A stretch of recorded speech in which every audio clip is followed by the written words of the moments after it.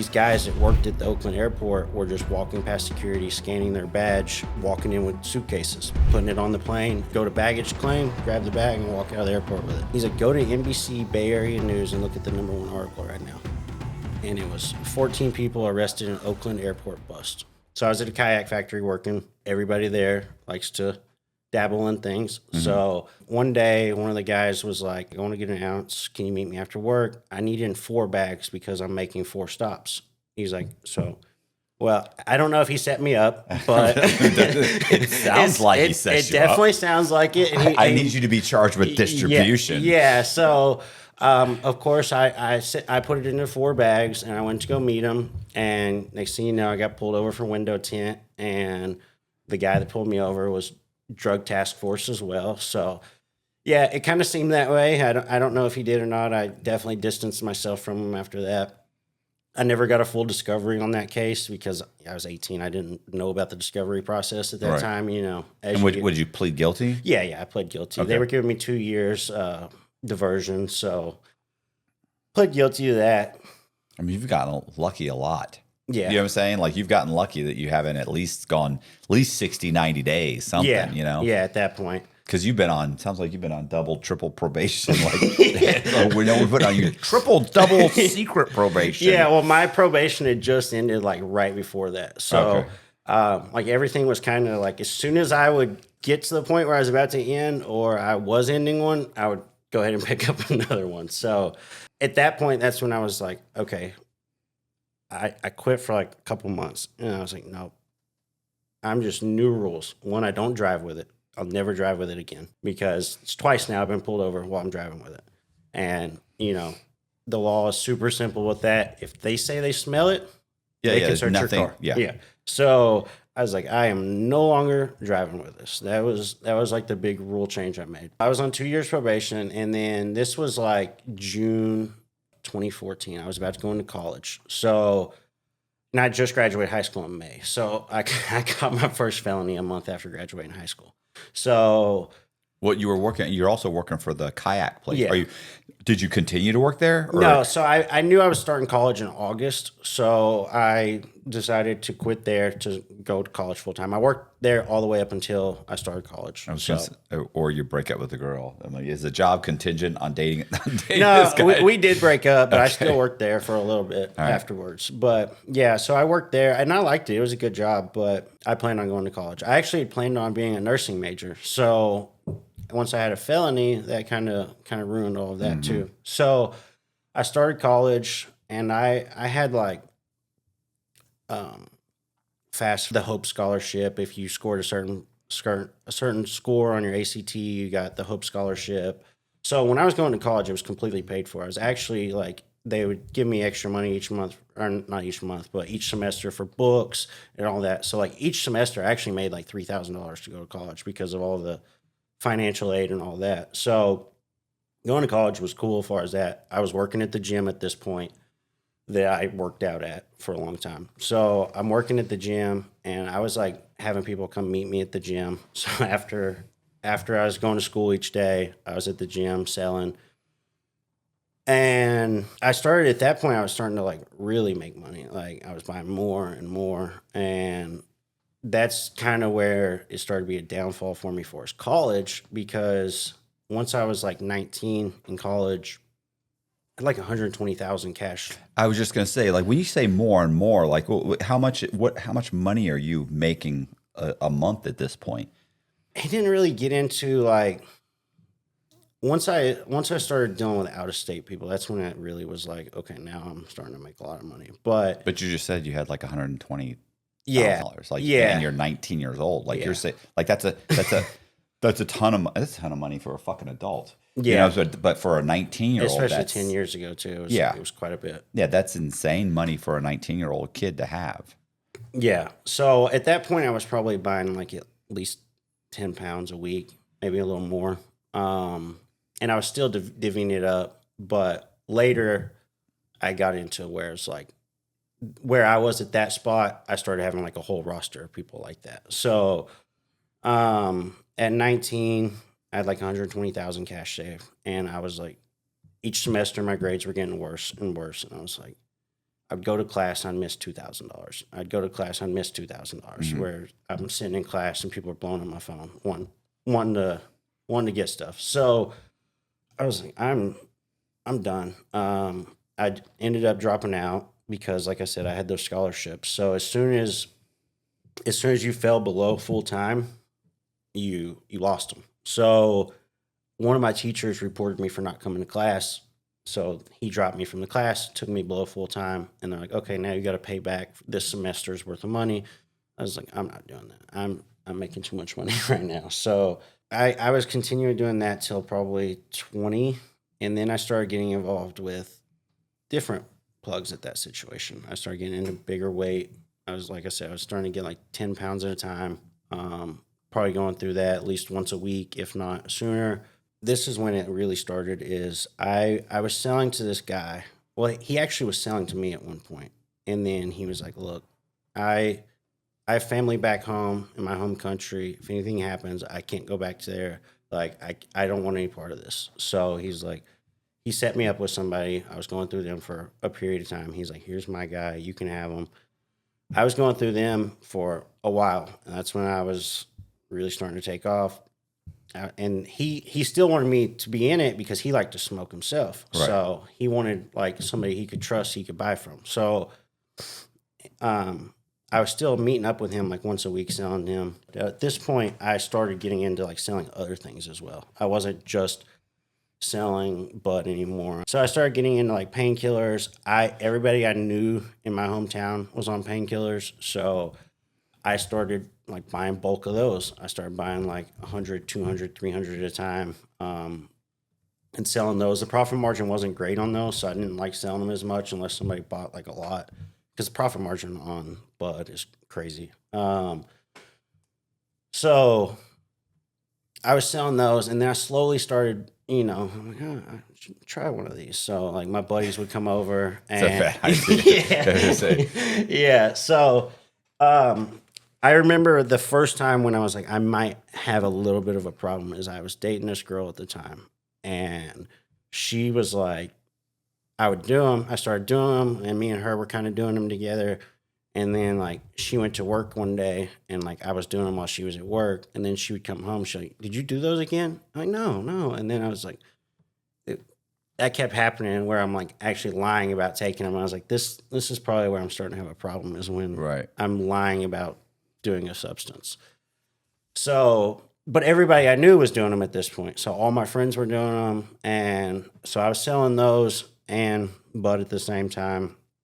And that's essentially what would have been like my biggest downfall. If I would have just stayed doing bud forever, like I probably would have never really done much time. I would have made parole right away. Like, but they'd frown on the other things. So the guy that I'm dealing with is Asian. And so I was dealing with this Asian guy, and then he was like, I can't, because he didn't want to be involved if he gets in trouble. Yeah, he can't go back to his home country anymore. I don't get that. So he can't, if he gets, he didn't want, that was his reason, because he was trying to marry a woman and bring her over. So okay. He didn't want, I don't know if he wanted, he didn't want a felony on his record because he wouldn't be able to sponsor her. Maybe I don't know. There was a reason, whatever. There was some reason. He was like, look, and honestly, he didn't need the money either. So It was like, he was really just doing it for fun, honestly. And so he was like, he set me up with another person, and I went through them for a long time. And then one day I went to meet him to sell him, because he was doing a little bit of both. But I went to sell something to him, and he's like, "Hey, are you still going through so and so?" I was like, "Yeah." Like, well, would you be interested in meeting somebody else? He was like, one of my buddies that I grew up with in my home country just reached out to me and said he's wanting to meet some people. So is this home country? Is this what is this? This is Vietnam. This is Vietnam. So he's Vietnamese. He's not, because we talked earlier where I thought it was kind of like the triads, but that you were involved with. No, but here's the thing: the triads, even though triads are Chinese and from Hong Kong, which is also Chinese, but they will periodically deal with the Asians, or with other Asians. They did deal with each other in a way. Yeah. So he's like, "Are you interested in meeting this guy?" I'm like, "Okay, I'll meet him." So he's like, "All right, I'm gonna give him your phone number." So I get this text, and I was super sketched out, honestly, because they lived in California, and they're like, "Hey, we want to meet you. We're gonna fly you out here." And I didn't know him at all. Like that was literally like the first 2 or 3 messages. It was like, "Hey, we're gonna fly you out here. Send us a picture of your driver's license, and so we can book your ticket."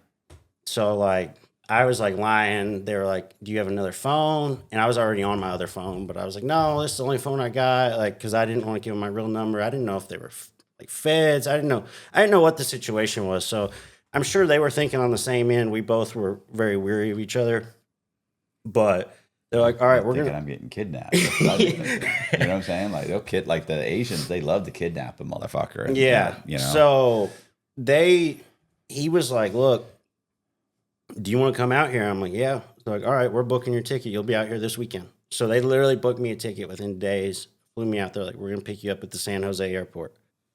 So I flew into San Jose, didn't know what these guys looked like. They're like, "Hey." I feel like I know what they look like. I feel like I got a good idea. Yeah, you're probably Not positive. You're probably gonna know when I get there. So once I go through baggage claim and all that, I get out there and they pull up in like this little Prius, and one guy, he doesn't really have any tattoos. The other one is tatted from head to toe.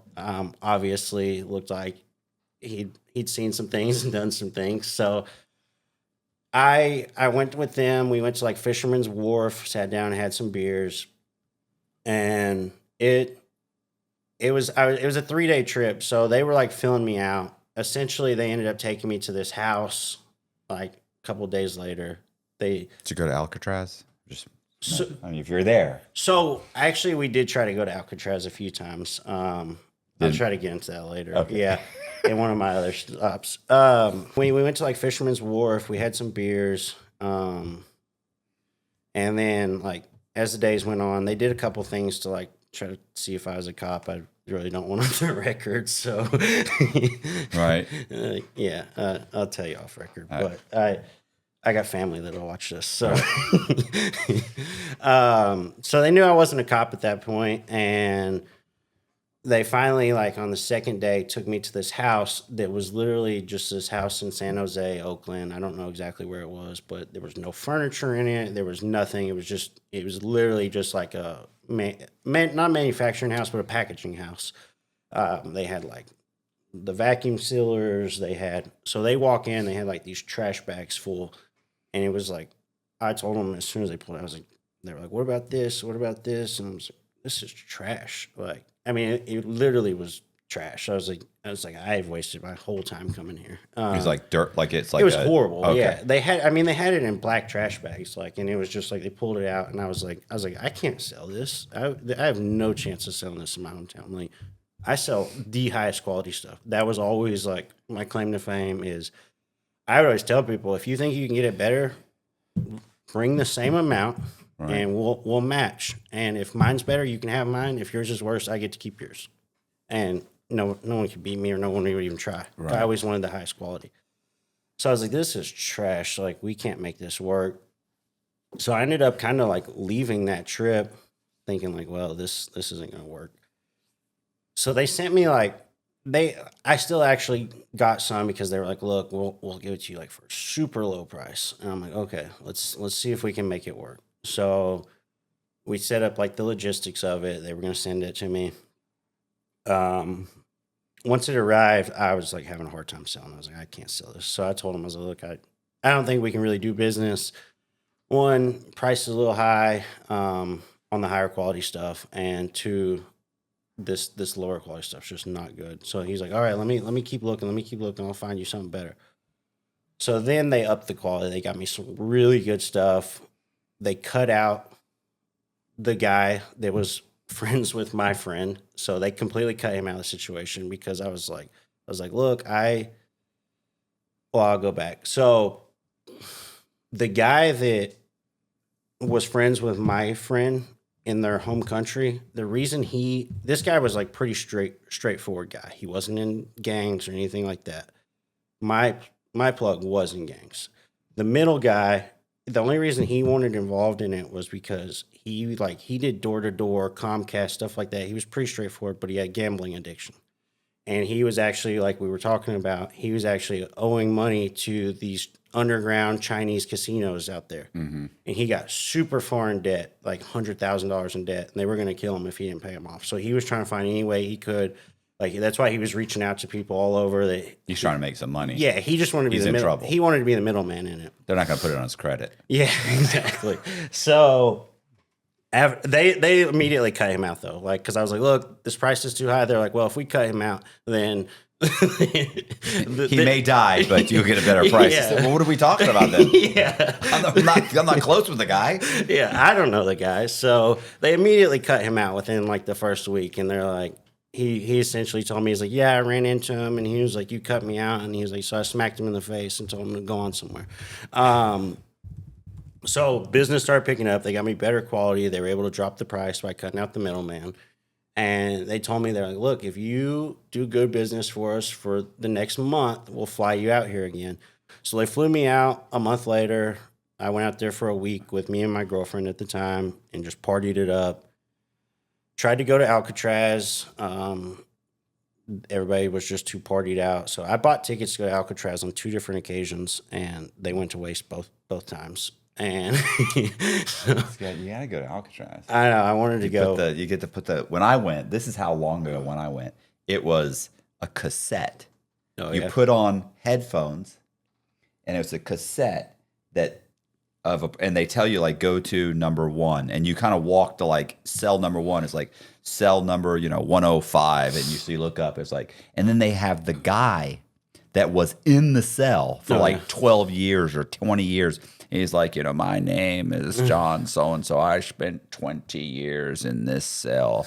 And then he talks to you for like 3 or 4 minutes, and then that ends, and then you go to another cell, might be 6 cells down, and creepy as fuck. And I just remember thinking, like, I'll never end up here.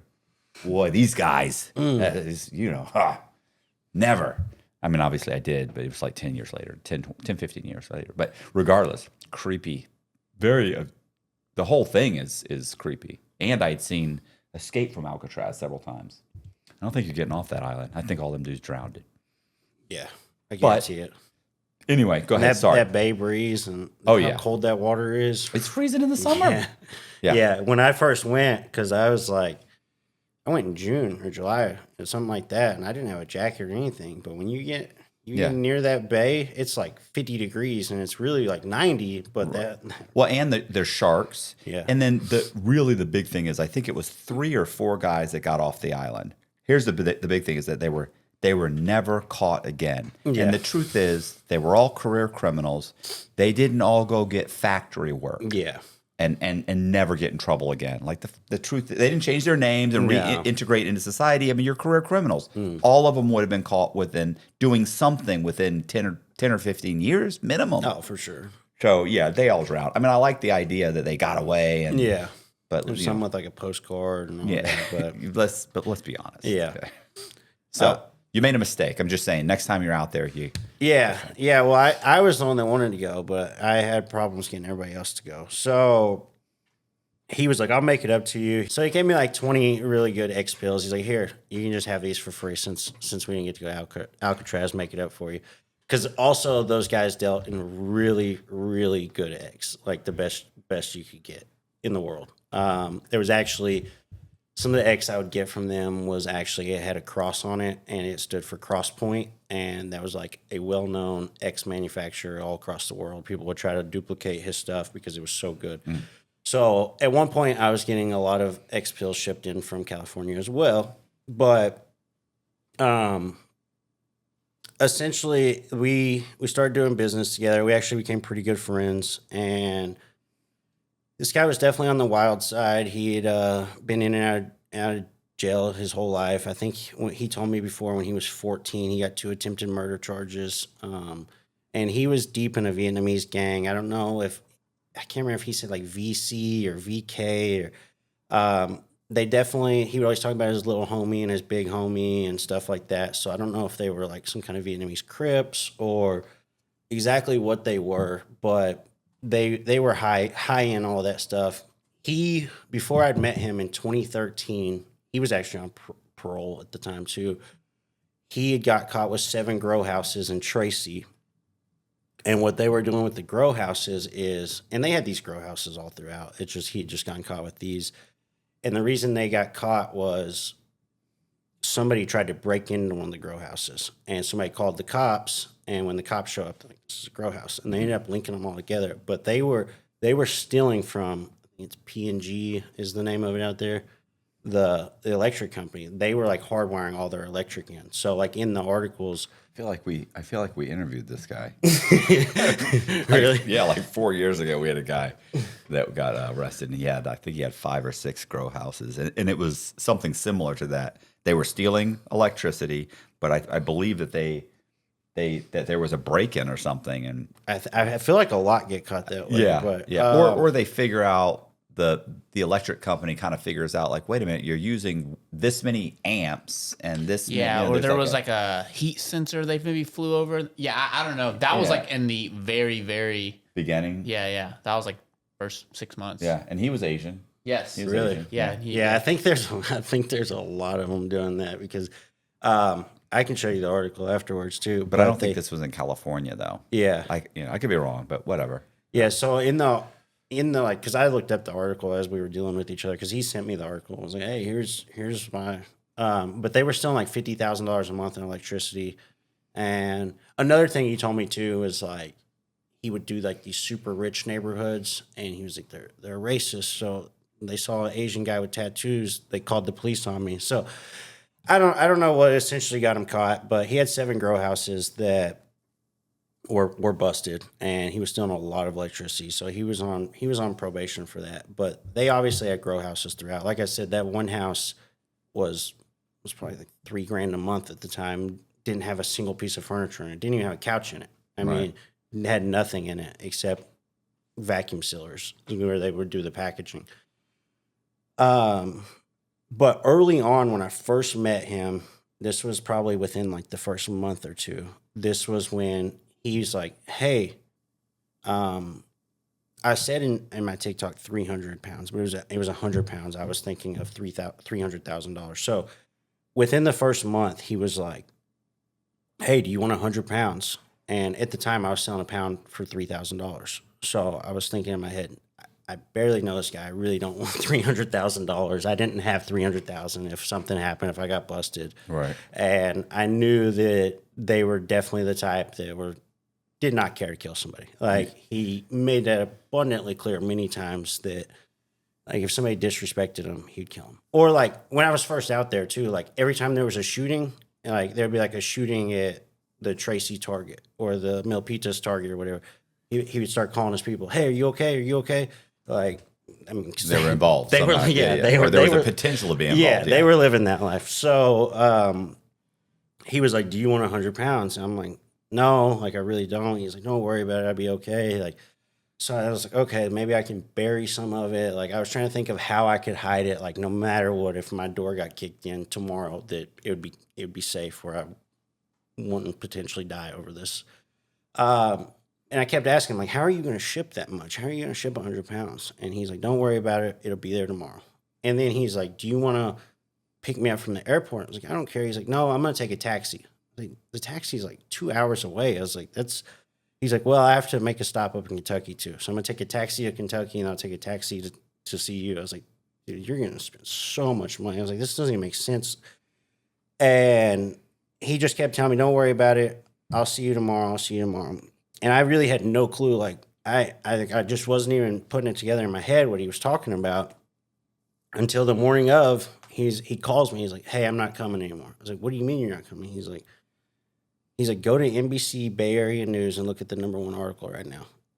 And it was 14 people arrested in Oakland airport bust. And he's like, "Read that article." And so essentially, what they were doing is, these guys that worked at the Oakland airport were just walking past security, scanning their badge, and walking in with suitcases, putting it on the plane, and then he would fly to wherever he's going. He would go to baggage claim, grab the bag, and walk out of the airport with it. So it got busted, and it was like the baggage handlers that went down for it. There was 14 of them total. So then we had to go back to shipping. I never actually got any packages that way. The first time we were going to do it, it was right around the time it got busted. So we went back to shipping. I was getting, the most we could do was 18 pounds at a time. So what we would do is he had to have literally like a lifetime supply of these things. I don't even know how he had so many of them, but they were the gray storage totes that you buy at like Target or something, and they had the lid that snaps on. So he would put those in. He would have the bud packaged up, and they did so many layers of washing it. They package it, wash it, package it, wash it, package it, wash it. It was vacuum sealed like 3 or 4 times, and each layer they would wash it, try to get any smell or residue off of it. And then once they put them in there, they would have all these. They would like buy literally for each one. They'd have like a whole box of the dryer sheets stuffed in each one. And then they would put all those packages in the gray containers, and then they would strap it, they would tape it up, and then he would take that and he would put it down inside of a box with popcorn, and then he would actually tape up the popcorn around it, all that.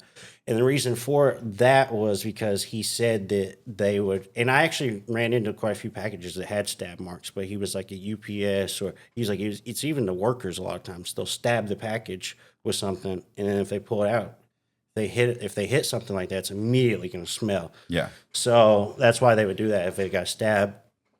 So we started getting quite a bit of packages in. And like I said, we can only do 18. Like if we did any more than that, they would just have to compact it so much that I didn't want bricks when I was selling it. So we would do 18 at a time, and we were trying to get up to like 3 packages a week at one point. And I was so, like I said, I wouldn't drive with it anymore. I wouldn't do any of that. So I would pay somebody, hey, I have a package from your house. I'm gonna give you $500. All you gotta do is sign for it. And then I would sit like a few houses down and just watch, make sure like it wasn't a bust. So I would sit a few houses down and watch when they would deliver the package. They'd sign, and then I would have them put it in their car and drive it to where I was keeping it, and then I'd break it down. All that, and then I'd have people come and meet me at that location. I would always keep everything, like I would always try to keep everything separate. Like I had a house I lived in, and then I had a house that I kept my stuff in. So if you're buying whatever, let's say 18 a week, you're selling it for $3,000. What are you buying it for? $2,500. $2,500. Yeah. So you're making $500. So that's about $9,000. Yeah, so I was making like $9,000 a package, depending on how many were in there. So it's just shy of $40,000 a month profit. Yeah, so there was months where I definitely made over 40,000. I'm sure there was a lot of months where I made less, and then I was also still selling like that was just if I sold it by the pound. And I went and cut it. And that's just the bud. Like that's not really including the X or the the painkillers and, or anything else. All of that. I was selling all those at the same time too. But I wouldn't even, and I was also selling like lower amounts of the bud too. So like if you wanted an ounce or whatever, I could sell you an ounce and make $150, $200. Like I was making, my profit margins on it were crazy because I was, getting so much of it at that time. I actually had one package too get intercepted, and that was a scary situation because we didn't know what happened to it. And we assume a UPS worker stole it, like because it got flagged. It was like, hey, this is the last location. And then I can't remember exactly what it said in the system, but there was like a red thing. It said something in the system. Nothing ever came of it. No police ever knocked at the door. Nobody ever showed up. Nothing ever happened. We stopped sending packages to that location for like a month. Nothing's gonna happen. Let's go right back to it. Right. Because we were sending to a business. So, and it was a business that was selling like lawnmower parts, stuff like that, selling lawnmowers. So they got a lot of packages throughout the day. So it was always best, I thought, if I could send this to a business, especially they would slap on like a fake label, overnight it, and it looked like it was coming from another business. So that was always the best way for us to do it, and I tried to keep it like that, but essentially I ended up losing that guy. That guy ended up that was receiving them at that business for me. He ended up getting caught with 18 pounds. Yeah. Whose 18 pounds was that? Yeah. So he ended up getting caught with 18 pounds, and he also owed me about 20,000 on top of that. So at the time, it was like, what? It was. I know what I don't. The amount he owed me is $62,000. So maybe like a little more, like 62,015 or something. And the article comes out after he gets arrested, and they're like, "We seized 9 pounds, no cash." Right. And he's like, "No, they got all of it, Right. and all the cash." And you think he was lying about that? 100%. Oh, okay. 100%. And he's like, "They're lying." Like, he was trying to say they were lying, and they pocketed all the cash and didn't put it in the article. I ended up hearing later from other people they did. So my guy was pretty upset about that. He was like, "I'll take him out." Like, he's like, I'll get rid of him. Did he get bond? Like, was he bonded out? Yeah. It wasn't, because I was gonna say if he's in the local jail, then he's probably in pretty good shape. He's probably nothing's gonna happen. Yeah, it's no. hard to get So people. he immediately posted bond. Like, it was like maybe a $40,000 bond. So for like 4,000 or less, he got out. And he was like constantly coming to me saying, "Oh, I don't have it. Like, I promise." They took all of it, and I'm like, "It's just not adding up." He gave me some that he had out on front. Like, he's like, "Oh, I got this out on front, this out on front. You can go pick this up for me." Because at that time, I was letting him just run everything. Mm-hmm. So I was like, "Look, you receive the package, you go sell it. Anybody that calls me, I'll send them your way. You can just make all the profit." I was trying to stay hands off. Like, I was trying to work a full-time job and just literally sit back and just collect the profits and not do anything. I was just making the calls and setting it up. So once he got caught, then I had to step back in, and I was down $62,000 that I had to work twice as hard to try to recover, because I was making a lot of money, but I was also spending a lot of money. Like, I just bought a brand new F-150 Platinum. I just bought a brand new slingshot. Like, and I was financing them, but I was putting a lot of money down. I was going out to the clubs and buying shots for everybody in the club. Like, I was doing a little bit of everything. So, what's a slingshot? It's like a Polaris slingshot. I'm assuming it's like is it a 3-wheel? Yeah. Yeah. Oh, okay. Like those 3-wheel things you see on the road. Yeah. So those came out in 2016, and I bought one in 2016 when they first came out. Like, nobody had them at all. So I just bought one of those. And are you renting a place? Are you? I had a place. You said you had multiple. One house you're keeping stuff. One house you live in. Yeah. So I had a house that I got owner financing in Tennessee. I found somebody that was like, "This house is super run down. We'll owner finance it to you." Blah blah blah. So I ended up getting set up in there, owner financing it, and then I completely redid all the interior, everything inside of it. And so I was living in there, and then I had everything stored at another location. What I kept at that house, though, was all the stuff that like was my biggest downfall for us. Like, I'd keep all my pills there because super small amount. I'm like, not a small amount, but compact. Like, I figured I could hide those pretty easily, and they didn't have a smell. So once he got caught, then I was back in full force, and I was still on probation at this time too, for my first charge. When I was 18, when he got caught with all that, and then he was like blatantly lying about it. I told my guy about it, and he was like, "I'll take care of him." Because he felt like he was robbing him too as well, because I was having to work extra hard, because I couldn't just be like, "Hey, here's the 62,000 I owe you. I'll give it right back to you." Which, I did eventually get most of it back to him. Over the course of like a 4-year span, the police seized over $210,000 from me through me or my various sources. So money was coming and going. They my guy actually came over and he planned on fully taking that guy out. Like he 100% was okay with it, was going to do it, and the guy he just couldn't figure out where the guy lived. The guy was kind of off the grid, was real heavy on drugs at that point, and so if he would have been home on the day he went there, we might not be here telling this Right. story. So, luckily that didn't happen. He's still alive. But he definitely robbed me for $62,000. So, water under the bridge now. I can see you're over it. Yeah. It doesn't bother you at all. Yeah.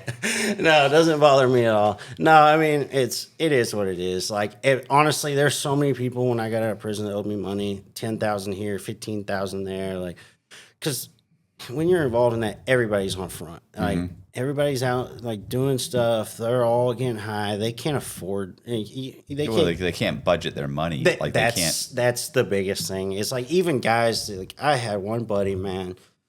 We were best friends for a long time, and I would literally bail him out so much because he could sell it. Like I mean, he could sell all day long and move large amounts, but it was every time his money came back short. Like how you should have made 10 grand this week. Like nothing. Like it was so yeah, they could not budget money. So like when I got out of prison, there were so many people that owed me money, and I'm not gonna call somebody after 7 years and be like, hey, That 15 grand, I need right? that 15 grand.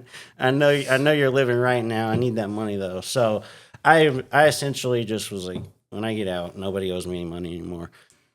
The only reason it really bothered me is because I knew he lied about it. Like even if he would have just been like, hey, they got this 9 pounds.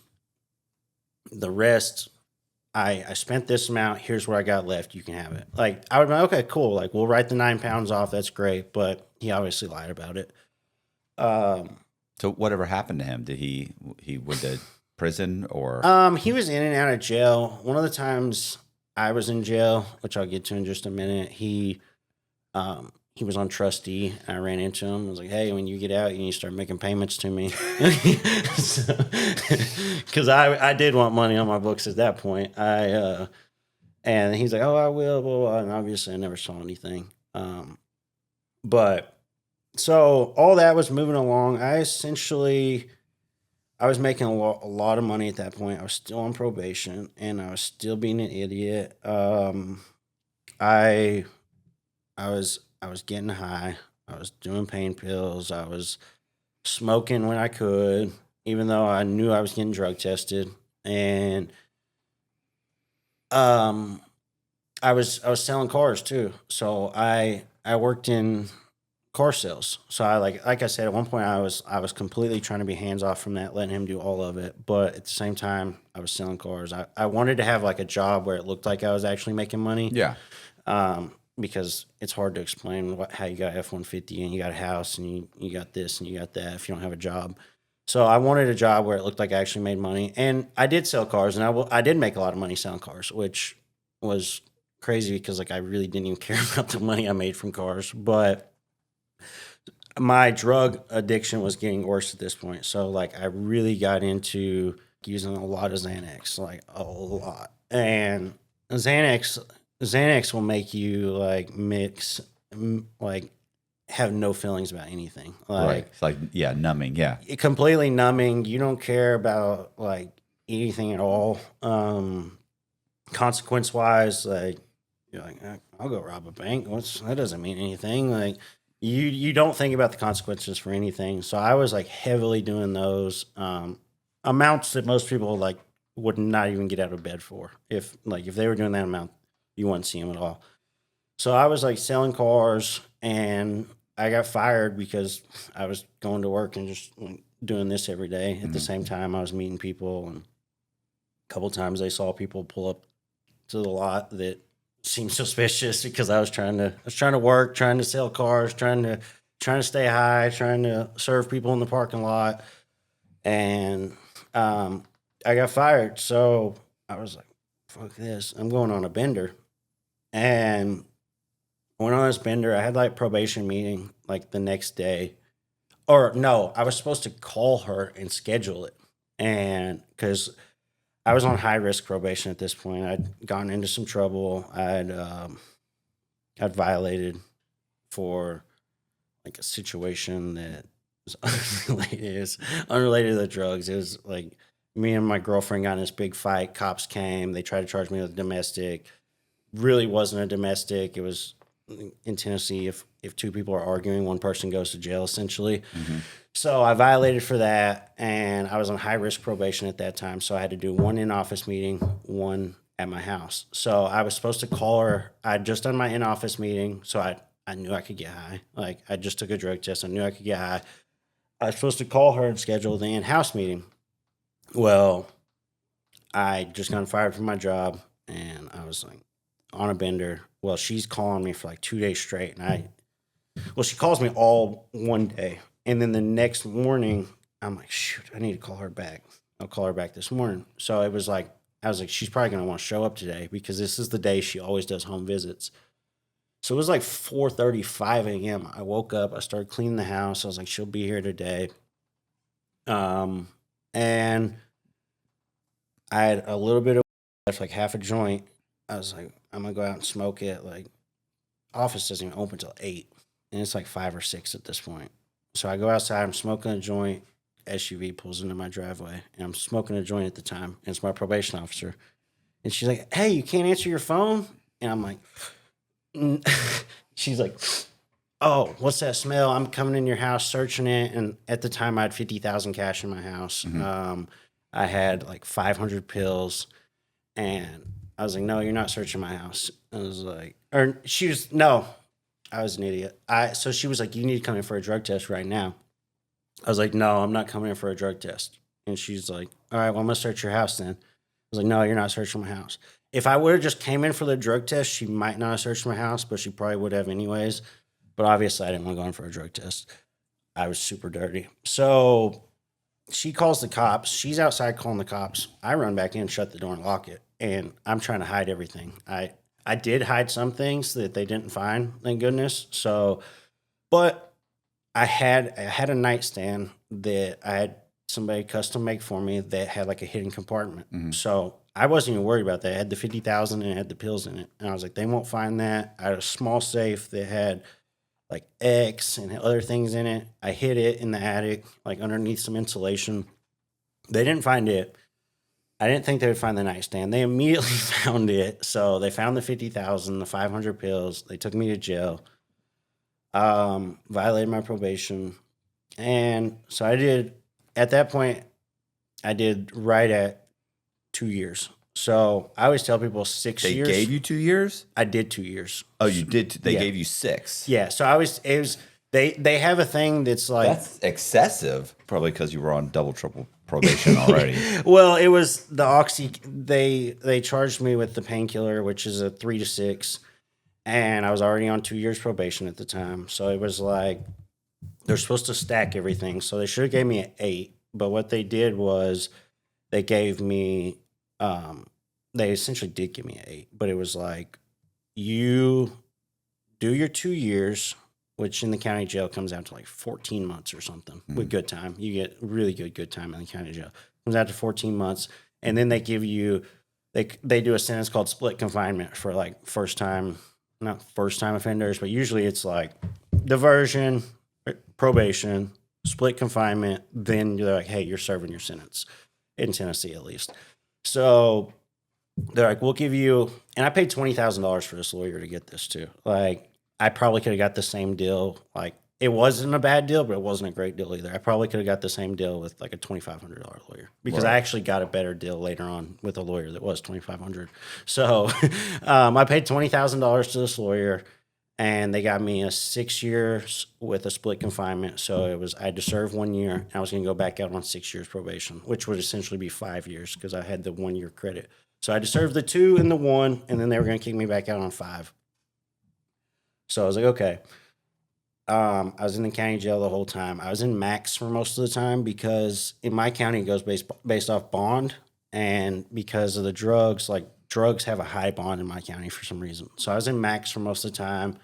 I was in there with a guy that killed Johnny Cash's niece. I I don't know. County jail was what it was. It sets you up for failure essentially. So Johnny Cash's niece? yeah, Courtney Cash is her name. Was she a musician? No, Oh, she not just had his last name and was somehow related to him. So it was a big story in Tennessee at the time, or at least in my hometown.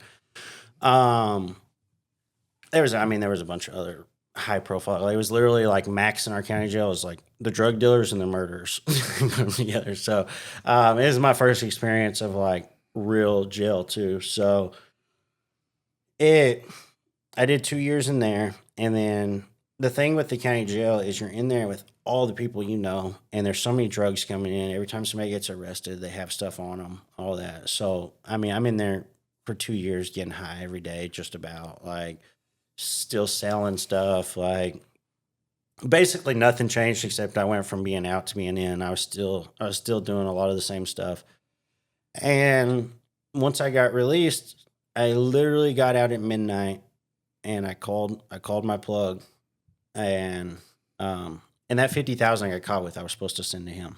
So he was wanting that money when I got out. And when I got out at midnight, they release you at midnight there. It really comes out to like 1 a.m., 11 a.m. or 11 p.m. California time. I get out, post on Instagram, I'm out. He sends me a message. It's like, hey, when are you ready to start again? I was like, you're on probation. Yeah. Probation or parole. Probation.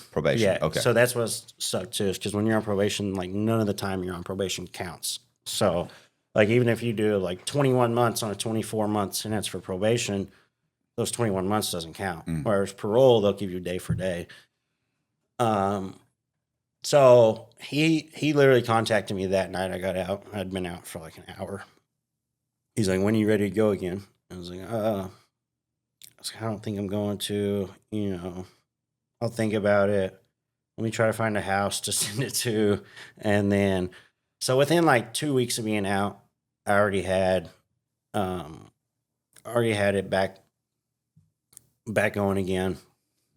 And to kind of dive into that too, because I'm trying not to, like, I keep skipping over things and I think about it later. But like kind of what I talked about in the past was like how we were doing it as far as the actual deliveries. So I would have it sent to somewhere like I said, the business for a long time. Then it was buddies' houses, like especially if it was like an older person, stuff like that. I really like that. But we would always set it up where he received a package and I received a package the same day. So he was always one ahead of me, basically. So I was sending him my money for the last package while I was receiving that package. When we first started out, he gave me a list of bank accounts, and it would be like 10 different bank accounts, and it was all these different Asian names and last names. And he would be like, there was 3 banks we would use. There was only 3 banks that they had in California too: U.S. Bank, Bank of America, and Wells Fargo. He would send me this list and he'd be like, okay, put $9,732.48 or whatever it is, just some made up number. And each one would be some odd number, and it would equal out the 40,000 or whatever I owed him for that week, and or for that package. And they essentially got to the point where it was like, and I had a buddy's ID that like stayed at my house, and he was in and out of jail. So I would use his ID, and I kind of looked like him, and I'd use his ID when I put the money in the account. So he was incarcerated, so no one ever even thought of that. But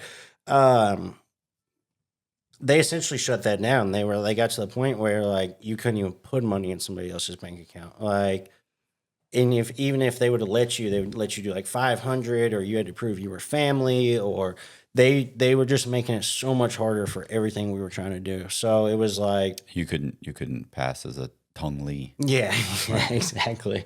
And so we essentially were like, okay, we're gonna switch to money orders. So then we switched to money orders, and that was like a real pain too, because like U.S. Post Office did money orders, and I think their limit was 3,000. And then I would use Walmart and Western Union, and they all had certain limits. It's been so long, I can't really remember what their limits were, but they all had just a limit in general, but then they also had limits where it would trigger an ID. So like, I'm pretty sure Walmart's was 3,000. It was one of those was 3,000. So I'd always do 2,500 because it wouldn't trigger an ID. So 2,500 here, 2,500 there. Some you can only get 1,000. So like Western Union, I believe, was only $1,000 money order. But you got to think, I was in a small town, and I'm trying to, on some weeks, send $100,000 to $150,000 back over there. So what are you overnighting this? You put them in a FedEx and trying to overnight yeah, it? so like the money orders, like they're super small once, you put. Yeah. So like those wasn't really a big deal. We just put in like an envelope, overnight it. And it got to where, like I was saying, they got to where they were like, okay, I walked into a Walmart one day and it was 2,500, and they're like, okay, we need to see your ID. And I was like, why do you need to see my ID? Like, I do this. I didn't want to say I do this every day, but like, I do this often. And I was actually having to pay people too, because I could not get enough money orders. If you're getting $2,500 at a time, you're trying to come up with, and some I was only getting 1,000. So like I couldn't hit 150 stores in a week, and especially in a small town where there's 8 stores. Like I had 2 Walmarts, 2 post offices, and a Western Union, and then like 2 other gas stations that I could hit. I knew every place in my town where I could hit and get a money order at. So that's when it was like I was paying other people. I was like, hey, here's 20 grand. Go give me 20 grand worth of money orders. Here's 20 grand. So like I was paying people to receive packages, paying people to get money orders. And it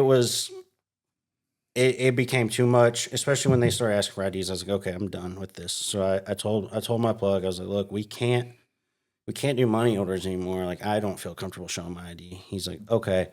So he literally, well, at first he started flying over, and I was gonna say, for $150, $150,000 a week, I'll fly there and fly back. You know what I'm so saying? he started flying over, and then we would do like one day where we would go and just get smaller amounts, and we would just hit stores together all day. Or then, meet each other somewhere in between the two, yeah. you know? And then so he was flying over once a week and picking up money orders. And then one day he was like, hey, my buddy just got busted with $225,000 worth of money orders in the airport. One of his runners. He was like, so I'm not doing this anymore. He's like, they're cracking down on money orders in the airports because, you're supposed to declare it if it's over 10 grand. So he quit that, and then it was becoming extremely difficult to get the money orders because of the limits. So we're like, all right, we're just going to have to do cash at this point. Mhm. So we literally were just sending envelopes of cash. There was some kind of like carbon paper he would have me wrap it in, and then we would like tape it, stuff it, tape it. And we were doing that for a while, and it was all right. But when I was incarcerated in those 2 years I was incarcerated, 2016 and 2018, there was a guy that he was in Texas, I think. He sent 2 bombs through the mail. And I didn't know anything about it. When I got out, it made things much more difficult for us because of that. And FedEx requires an ID now if you ship a package. So I always used USPS for sending money. We'd always use FedEx or UPS for sending the package of the goods. But the USPS was super easy. You just went in there, I'd write in there a fake name and just hand off the package and walk out. Mhm. And I would always do like their little pre-made boxes and stuff. So it was super, super low key, and you could do overnight delivery. And I would always try to go late in the day. Like that's what he would always teach me is go right before they're closing, and they got to have that there before 10 a.m. So it's a rush job. So that's what he would always do is like literally walking at like 5 p.m. It's 7 p.m. my time, and I have to be there the next morning. So he's like, they're trying to rush it. But I would always go to USPS, and I would always do before 10 a.m. delivery, and then they wouldn't deliver it. They would never do it. It was always money back guarantee, but the money back guarantee was worthless because every single day it would arrive at 2, 3, 4, whatever. And he's got a guy sitting there waiting on this package all day, and they were getting fed up. So like, look, I want you to use FedEx this time.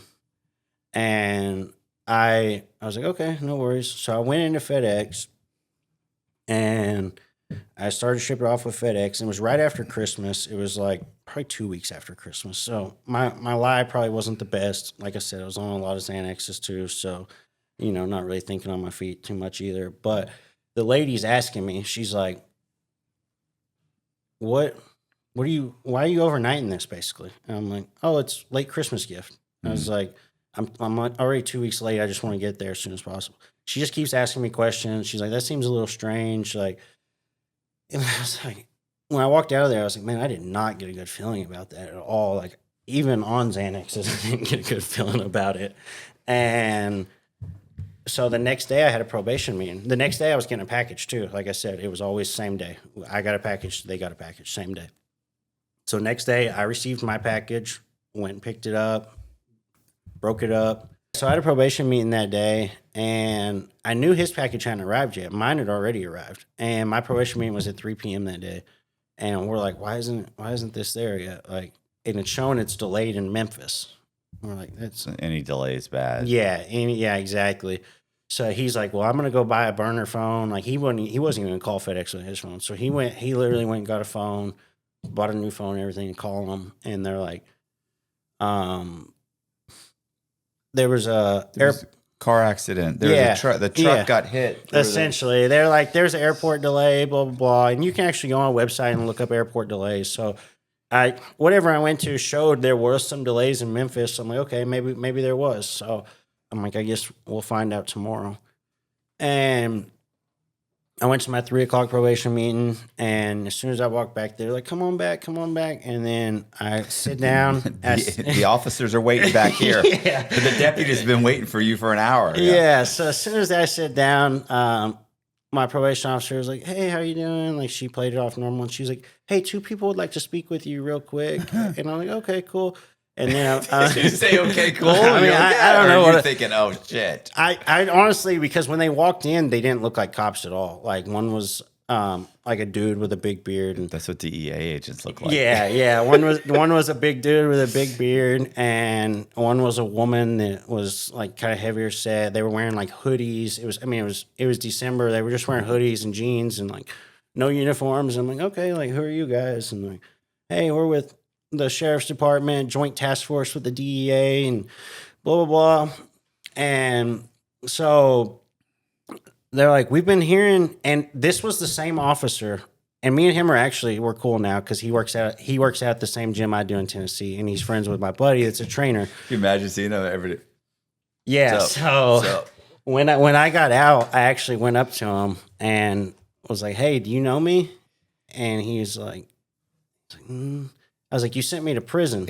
And he goes, Franklin Hughes. And I said, oh, wow. So he remembered me, and we started talking. He's like, man, I see you're doing great, blah, blah, blah.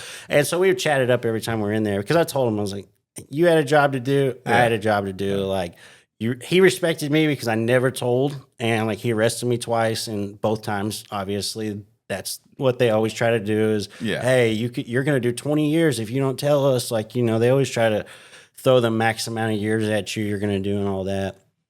But getting back to they walk in with when they walked in, they were like, hey, he's like, hey, Franklin, I hear you're back to your old ways. I hear you're doing the same stuff. I was like, man, no, I'm not. I was like, I've only been out of jail a few months now. Like, because this was like 6 months after being out of jail. Right. So I was like, no, and they didn't tell me about the package at all. Like, they completely left that out. And they were like, we've been getting a lot of tips about you, blah, blah, blah. I was like, well, it's just not true. And at this point, like, if you just looked at me, you could tell I was on drugs. Like, I'm 200 pounds now. I was 130 pounds then. And yeah, and I was like skin and bones, and my whole face was sunken in. Like, I was the worst I ever was at that point on drugs. And they were like, okay, well, what we're going to do is we're going to go to your house, and we're going to search it, and you're going to ride with us. And I had a girlfriend at the time, and she actually had two Xanax on her that I was like, here, hold these while I walk into my meeting. As soon as I walk out, I'm popping these, because I was like, it was a struggle for me to try to get clean for 3 days going into a probation meeting. Right. Like, I was cutting it as low as I could, and I was trying to stay clean for 3 days so I wouldn't fail on a drug test at least. So I was like, here, hold these. That way I can essentially get going the second I pull out of this parking lot. So they take us outside, they search her, they find the 2 pills on her, and they're like, hey, we're going to charge you with this, talking to her. And I'm like, no. I was like, those are mine. I put those on her. Those are mine. And she actually told them they were hers. And so there was like back and forth. I kept arguing with them. I was like, you're not going to charge her. I promise. I will stand up in court. I will write a letter. Whatever I have to do, I will make sure anybody knows that I planted those on her. Yeah, so she, waste to charge her. Yeah, I made sure to let them know. I was like, I will have her lawyer get me on the stand, whatever, to make sure she doesn't get charged with those. And so they didn't charge her.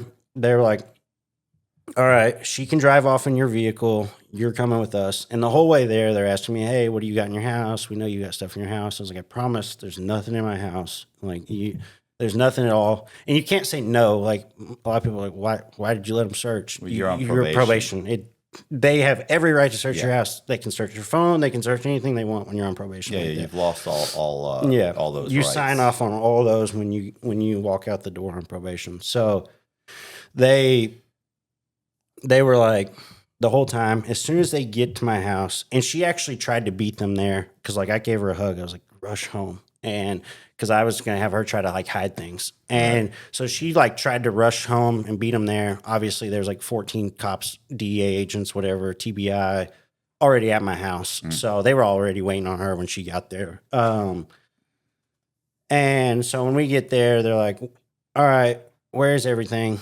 And before they even open the door, I'm like, look, everything's in my nightstand. Just go get it, because I had a shotgun hidden. And I was like, if I point them towards the drugs, maybe they won't find the shotgun. Right. So I was like, everything's on my nightstand. Like, go get it, blah, blah, blah.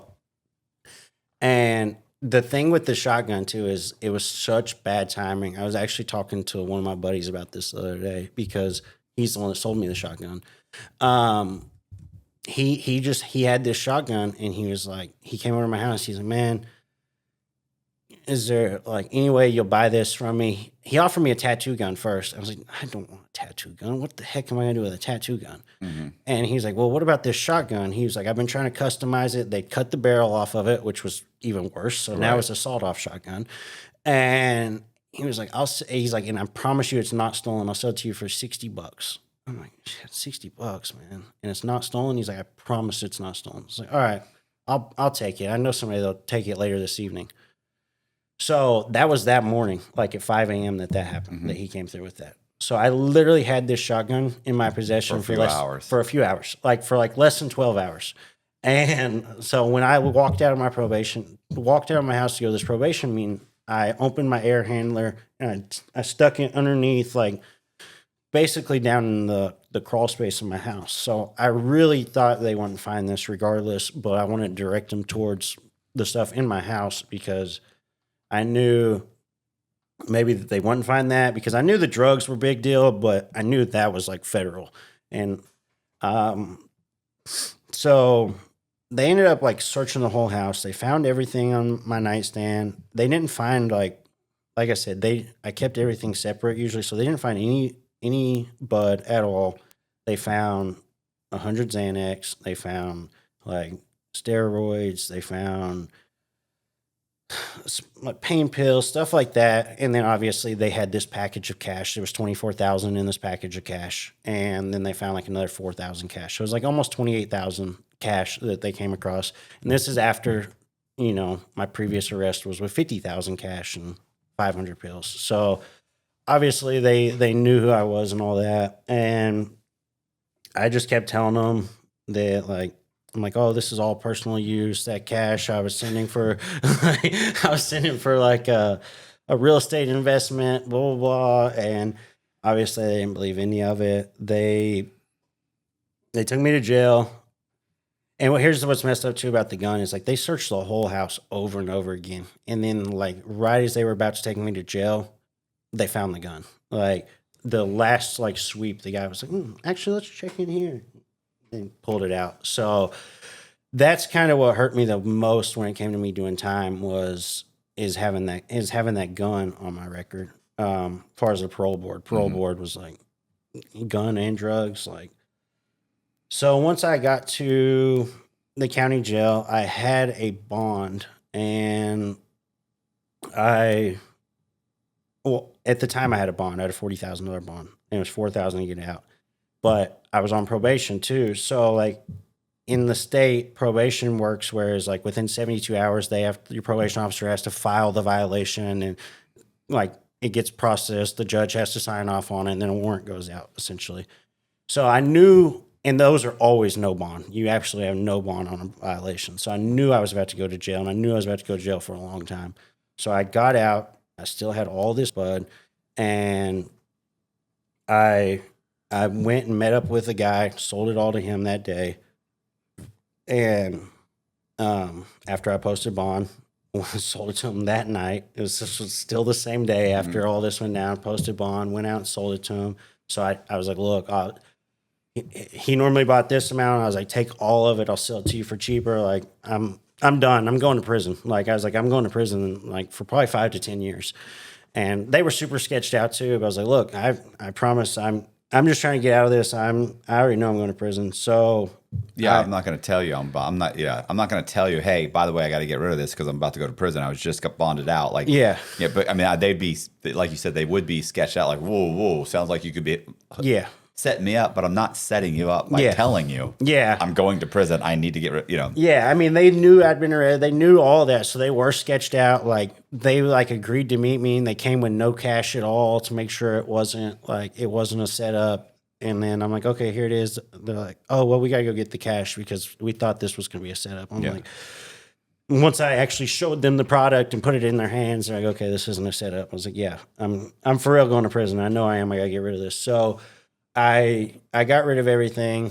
And this was the reason I had to do that too, is because I owed my supplier. I still hadn't paid off all the money from the last time I got arrested. Even though I was even though I was making all this money, it was going so quick. Were you making like payments to them, giving 5 here? Yeah, 5 there, yeah. So kind of what put me behind too is when I got out, like we were talking about, people don't know how to manage their money. And then also a lot of people I thought I could trust, and people that I'd been dealing with for years, before I was incarcerated the first time.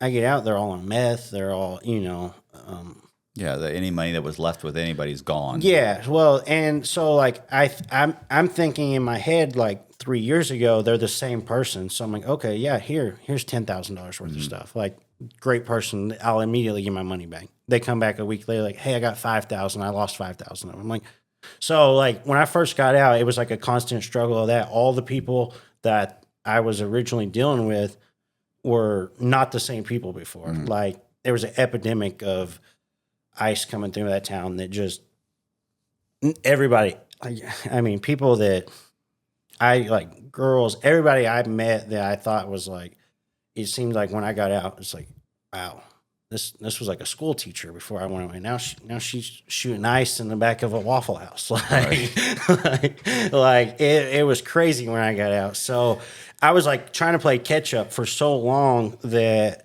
I was like, I'm like committing all these felonies to not even really get caught up at this point. But I essentially got to the point where a few months before I got arrested, I'd finally gotten caught up. I was finally starting to make really good money again.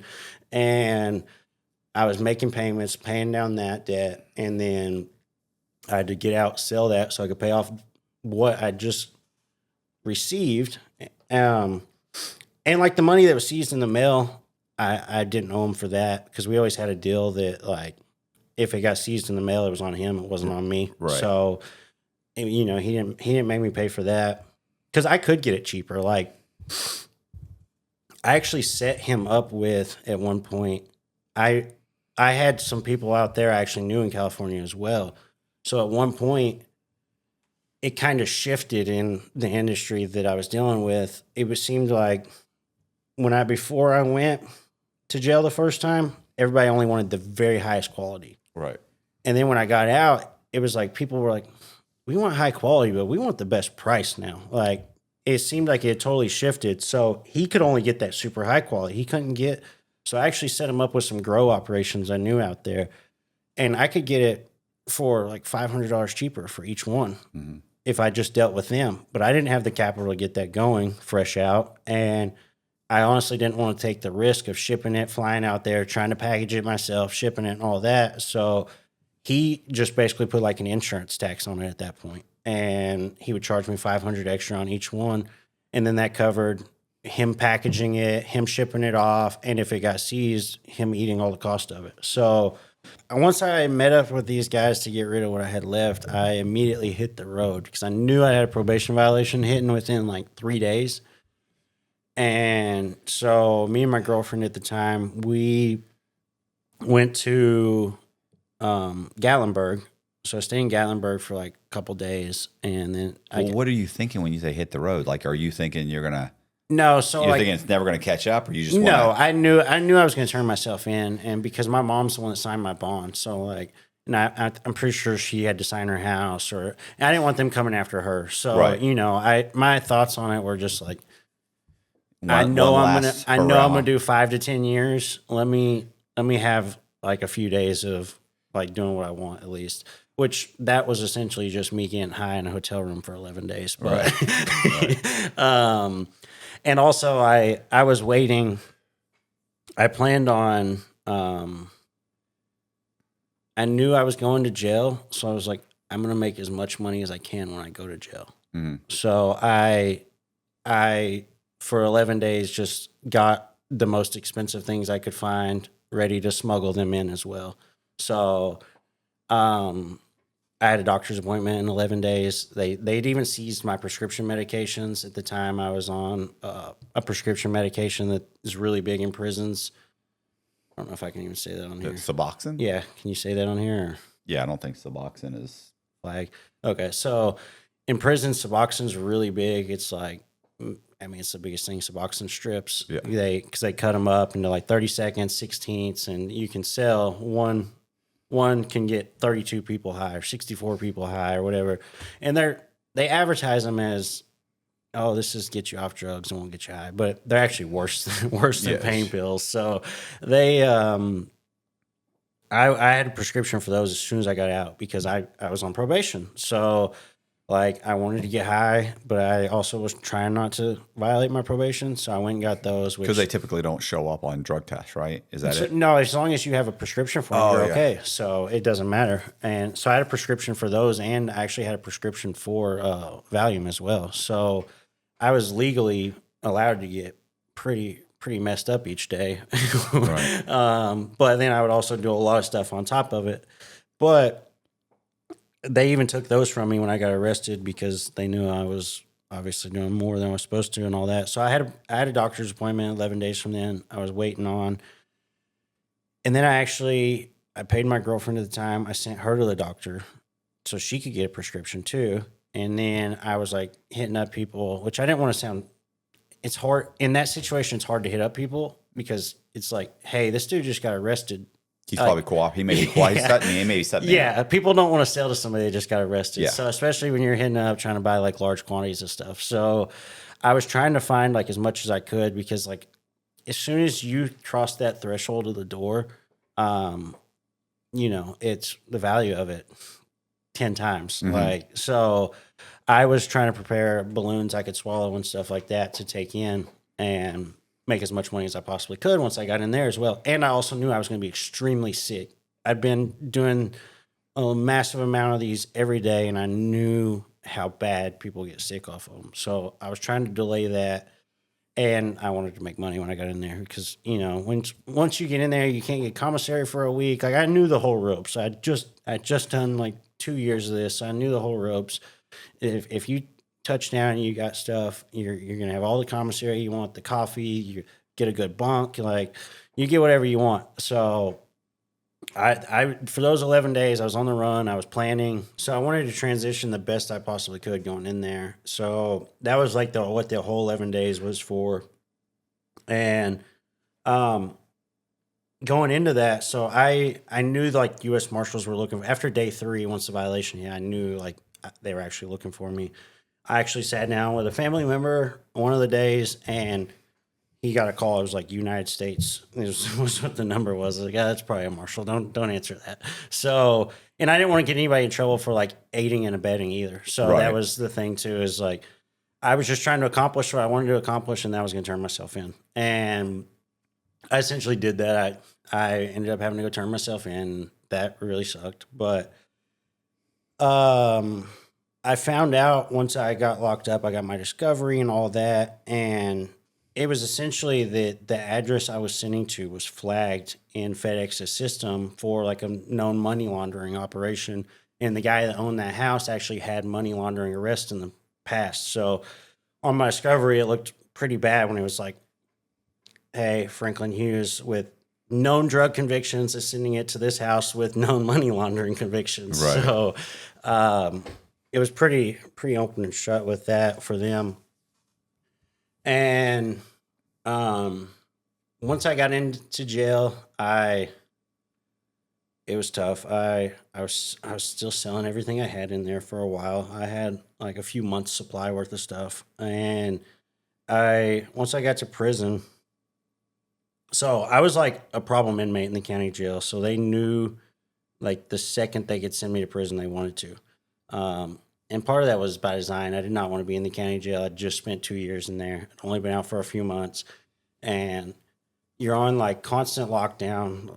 When I was in max, I was in medium this time, which is the same thing, but you would get 4 hours out each day. And if it was in the morning, in the evening, it was 4 hours. In the morning, it was like 6. So, and I wouldn't come out in the morning because they'd let you out at 6 a.m. So, like on the days, and it would rotate. So it'd be like 2, 2, 3, 2, 2, 3. So, like on the days where it was morning, on those 5 days, I'd maybe get like an hour out each day because I'm not waking up at 6 a.m. to go sit in a pod and play spades all day. If you sleep hot at night, you know how disruptive that can be. Whether you're having trouble falling asleep, you're waking up sweating in the middle of the night, or all of the above. That's where Ghost Bed can help. As the makers of the coolest beds in the world, Ghost Bed is your go-to for cooling mattresses, cooling pillows, and cooling bedding. From their signature Ghost Ice fabric to patented technology that adjusts to your body's temperature, every Ghost Bed mattress is designed with cooling in mind. So whether you want a plusher mattress that cushions your shoulders and hips, or a firm option with exceptional support, your Ghost Bed will keep you cool and comfortable all night long. When you purchase a Ghost Bed mattress, your comfort is guaranteed. You can try out your mattress for 101 nights, risk-free, to make sure it's the right fit for you. Plus, they offer free shipping, and most items are shipped within 24 hours. If you're not sure which Ghost Bed is right for you, check out their mattress quiz. You'll answer a few questions and get a personalized recommendation. Even better, our listeners will get 10% off for a limited time. Just visit ghostbed.com/Cox and use code Cox at the checkout. That's ghostbed.com/Cox and use code Cox for 10% off site-wide. So I would just sleep in, stay in my cell on those days. So I was like, I'm getting out of this county jail as soon as possible. And they knew, I'm sure they knew that I brought stuff in and all that because they were always searching my cell, always tearing my cell apart. I was always getting write-ups. I got a 60-day write-up, a 60-day 23-1 write-up for a fight.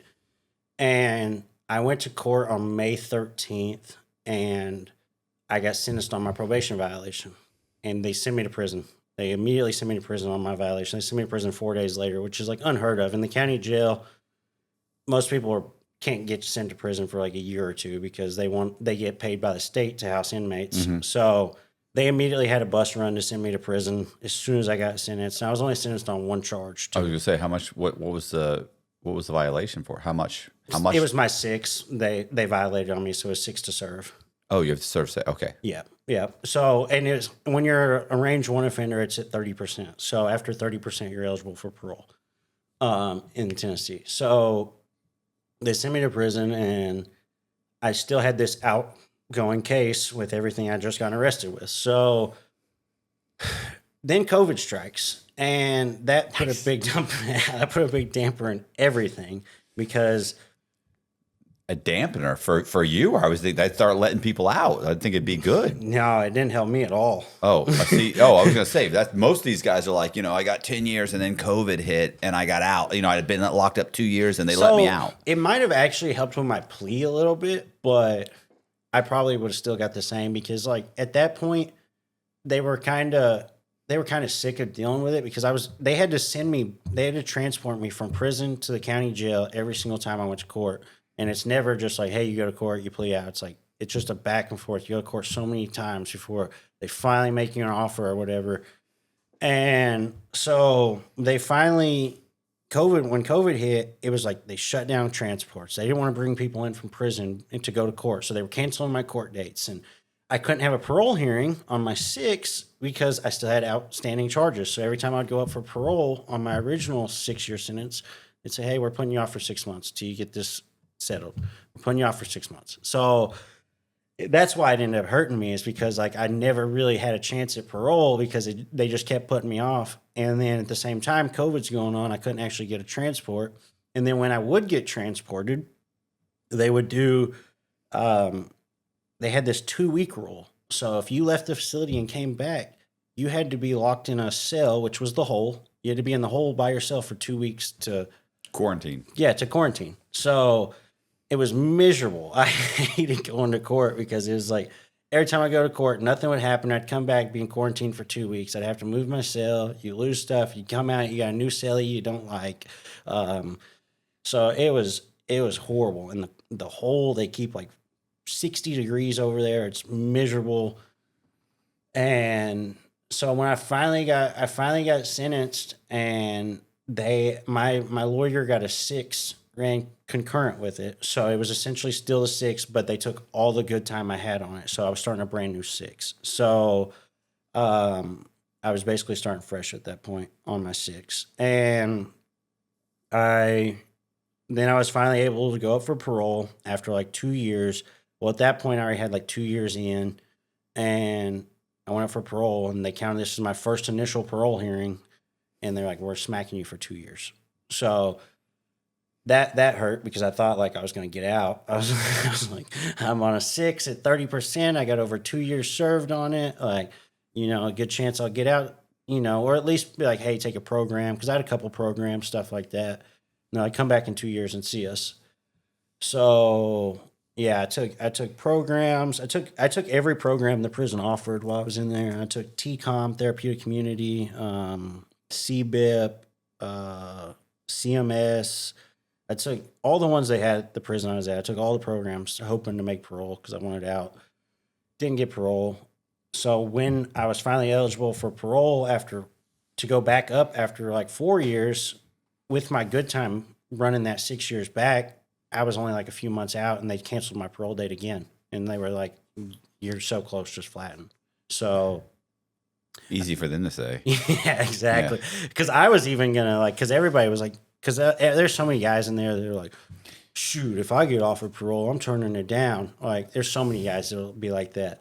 Like, I'm flattening my sentence. I'm not taking parole. And then they go up for parole, and they're like, I made parole. But so yeah, all the guys would be like, shoot, if I were you, I wouldn't even go up for parole. Just flatten. I'm like, if they let me out a month early, I'll sit at home on parole for 30 days. Mm-hmm. Like, whatever. But they didn't give me that opportunity. They made me flatten. But so when I was in prison too, I guess I can get back to this. While I was in prison too, I was on, like, prison's got everything.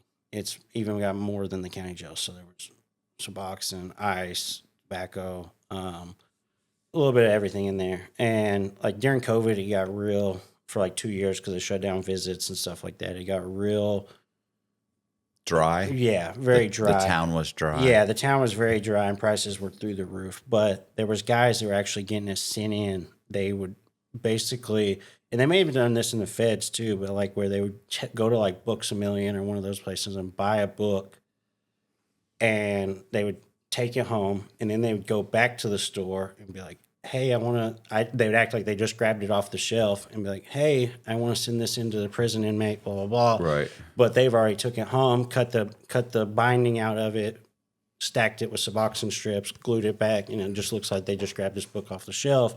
But really, they've already owned this book. They were doing it with Bibles. They were doing it with Bibles. And then they were doing a lot with like legal work. There was another big thing that they did in prison where they called it Deuce. It was like K2, and they would take legal work.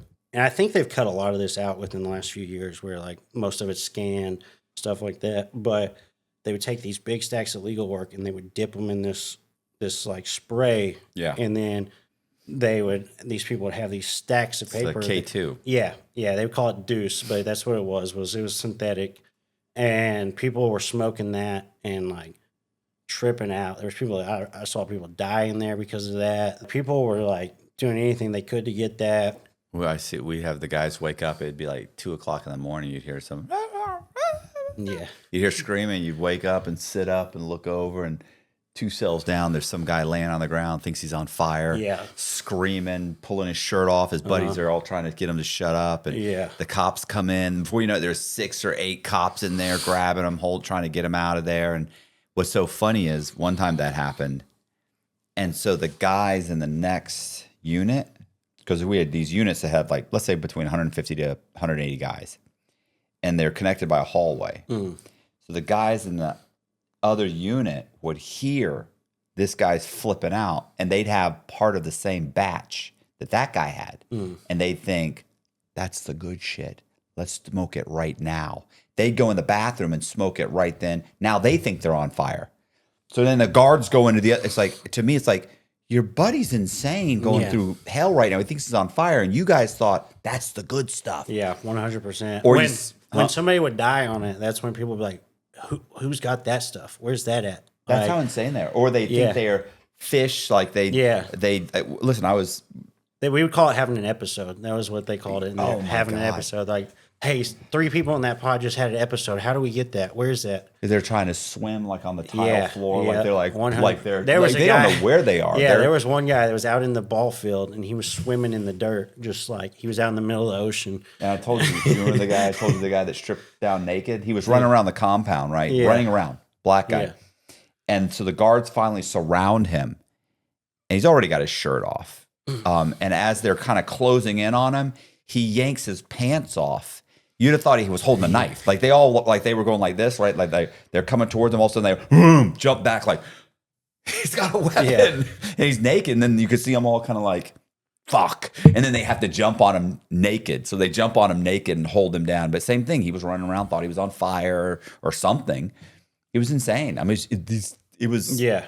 And I saw like one guy that was like tripping out. He busted his front teeth out on the toilet, and like, yeah, there was a few that died. They literally got so high they went late on their bunk and ended up puking and dying on their puke. And it's like it was. These are hardcore drug addicts. Yeah, you know, you got to be a hardcore drug addict to think, hey, that dude thinks he's fucking swimming in tile, or that's what I want. That's the good shit. I need some of that. Yeah, let me have some of that. But so I actually used to be one of those guys that wanted some of that. But like my first 2 years in prison, I was getting high, and then I was like, now I could be the guy making money. So then I started selling in prison too. And I ended up starting to make pretty good money in prison. Like, it was kind of funny because like I was selling Suboxone, I was selling Deuce. And when I got out of prison, well, I went up to the annex my last 8 months, which is like a work camp basically. And then I was like selling tobacco, and I had it set up where there was no Deuce up there. So I had it set up with the diet trays because diabetics get a certain tray. So like I would hide tobacco going down, they would hide Deuce coming up, and I would make money off that. And then I essentially I had it planned the whole time because I was like, look, when I get out, I'm not gonna have anything. Like I gotta have some money getting out. So my whole plan was I'm going to make money my last 2 years in prison. And then when I get out, I actually have something to get started with. And I was like really afraid, honestly, that I was going to end up going back to that because I had such a hard cutoff in my head. I was like, look, when I walk out the door, this life is over. Mm-hmm. It is completely done. But to get to this life, I have to do this a little bit longer. So, I mean, even in prison, I had somebody, the same thing. I had basically the same system. I had somebody holding my stuff at night, like, because I didn't want to get caught with it. I didn't want to get a write-up over it. You lose like 16 good days. But I ended up making like probably close to 30 to 40,000 my last year in prison. So for sitting on a bunk and not too bad. And it was kind of funny because like after being out of prison and like getting the things I needed, like going to the dentist and getting my license and like doing all these things, I was back broke again. I was like, damn, I had more money when I was in prison. Like I literally could like, hey, I'm gonna cash app you $3,000 right now. And like I could. And then I was out and I was like, yeah, I can barely afford to go eat at Taco Bell right now. So that was a hard adjustment, is like going from, and it didn't even really make sense. It's like, how was I in prison making money? Now I'm out here not making any money. So I started working when I got out. I was working for a trash company in my hometown, and I was the guy on the back of the trash trucks that loads the trash can. And so they only worked Monday through Thursday. They didn't work Fridays, and it was $15 an hour, and it was like 20 hours a week. So when I got out, I was making like $300 a week, which is Not enough. Not enough at all. Especially, not enough at all. I couldn't even like. I was literally eating. I had food stamps when you first get out of prison. They set everybody up with food stamps. I was getting $289 a month. But yeah, I mean you cannot survive off that at all. So I was trying to find a better job. I was trying to get back into selling cars when I got out, and nobody would really take the chance on me. Plus, at this point, I have 4 felonies on my record, and not just and it looks even worse too on my record, because it's not like, hey, on 2016 one day he committed a felony. It's like 2013, 2016, 2019. Career criminal. Yeah, he commits a felony every year or so. So, so it was even harder trying to find a job. And when I got out, I wanted to move. I had every intention of getting out. I was like, I originally was thinking Vegas. For some reason, I really wanted to go to Vegas. I figured I could be like a server there at a high-end restaurant or something like that. But I had a buddy down here that was like, we can get you in at a car dealership. And I was like, okay, I'm down. And then so I was on my way down here. He quit the car dealership, and I already had everything in motion to move down here. So so he told you to come down. I can get you on with the car dealership I work at, and then he quit. Well, while you're on your way down, he did, but and you gotta rethink your buddies. Well, no, he's still my buddy. So in his defense, they decided they were gonna wholesale real estate. They were gonna get into wholesaling real estate. So he's like, you can come do that with me, or you can I can still get you hired on at this dealership. So I was like, okay, well, the dealership sounds like the safer bet, so I'm going to stick with that. Well, I'm already in the process. Like, I don't know if it was before I moved or when I was already down here. They're like, hey, we can't hire you because your background. So didn't they know that to begin with? Well, it was what's crazy is about these places is that like it's privately owned, but they like whatever hiring company or whatever they use, like even though the owner is like, yeah, I'm okay with hiring them, the it's mostly like an insurance thing, like the insurance won't. So they were like, no, even though they knew, and then they're like, we can't hire you. And then so I started doing the wholesale real estate. It just wasn't going well, and then I was back at ground zero basically. So I started trimming trees. My aunt owns a tree service down here, so I mean this was middle of summer too, and I'm out here doing tree work, which was by 8 o'clock I'm literally drenched from head to toe, like drinking 30 bottles of water a day and not peeing, like hard work. And I finally started going on interviews. Like I was like, I gotta find a job. So I was going on like 3 interviews a day, and every one of them like would go great. Like I actually got hired at a Ford dealership, and they were like, don't worry about it. One of our managers kidnapped somebody. They're like, they were like literally like 20 years ago, he got a kidnapping charge. Like, not a big deal. Like you sold drugs. Yeah. Don't worry about it. They're like, you can actually start on Monday. And when your background check comes back, we'll just whatever. So like 3 days later, they're like, hey, background check came back. We actually got to let you go. Like, we really like you. You're a hard worker, but nothing we can do about it. And so I I got fired from there. And then I got hired at Verizon to sell cell phones. And Verizon was like, hey, like, and I mean, I was very open in my interview process. Like, Right. this is what I did, blah, blah, blah. And they're like, no worries. Like, it's not that big of a deal. So Verizon hired me. And they're like, contingent on a background check. You'll start next week. Background check comes back. They send me an email. I was like, we received your background. Unfortunately, we're going to have to decline the offer, blah, blah, blah. So then, like, I had another dealership I went to. I sat down with them. And within like 30 seconds of sitting down, I told the lady, she was like, we can end this interview. No need to talk any further. I can't hire you. Mm-hmm. I went with T-Mobile. Like, this was just literally, and this is why people get right back into crime, because it's like, I had an interview with T-Mobile, and it was like the first one was through Zoom, and the guy was like, he was like, You're great. You're great. Yeah. He's like, you're awesome. He was like, we're going to do an in-person interview next week, blah, blah, blah. And then he's like, we'll get you started. I was like, hold on. Before we do the in-person, just want to let you know I have some felonies, blah, blah, blah. He's like, oh, yeah, we don't hire felons. So it was just like, boom, boom, boom. Finally, I went to a roofing company, and they hired me, and That's practically a prerequisite.